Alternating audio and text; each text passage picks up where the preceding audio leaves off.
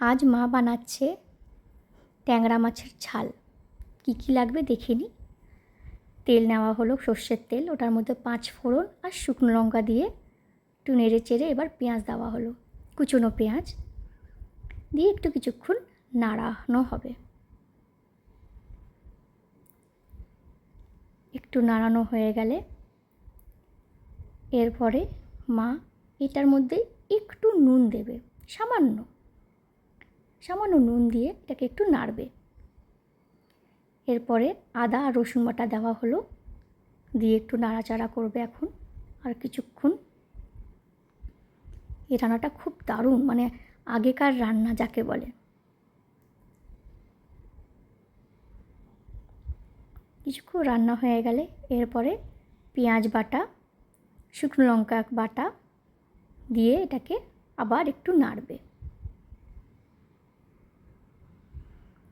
ভালো করে এটাকে একটু কষানো হবে।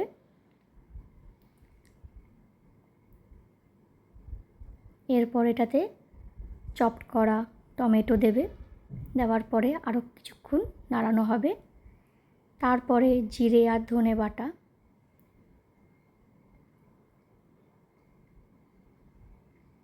দিয়ে কিছুক্ষণ ধরে আবার এটাকে কষানো হবে। মা আগের থেকেই আলুটাকে একটু ভেজে রেখেছিল, ওটা এখন দিয়ে দিল, দিয়ে আবার একটু বেশ ওটাকে নাড়াচাড়া করবে।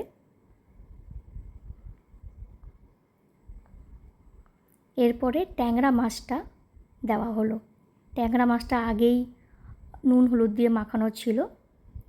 এটা কাঁচা ট্যাংরা রান্না হচ্ছে, ট্যাংরাটাকে আমার ভাজা হয়নি।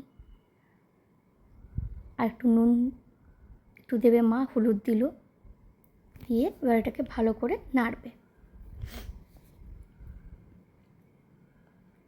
এটা হচ্ছে একদম দেশি ট্যাংরা মাছ, খেতেও দারুণ। আর এই রান্নাটা একদমই আলাদা রান্না, করে দেখবেন, খুবই ভালো লাগবে খেতে।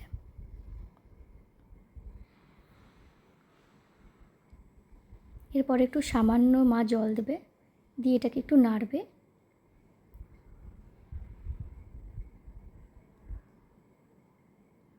নেড়ে এরপরে মা আস্তে ধীরে এটার মধ্যে জল দিয়ে দেবে।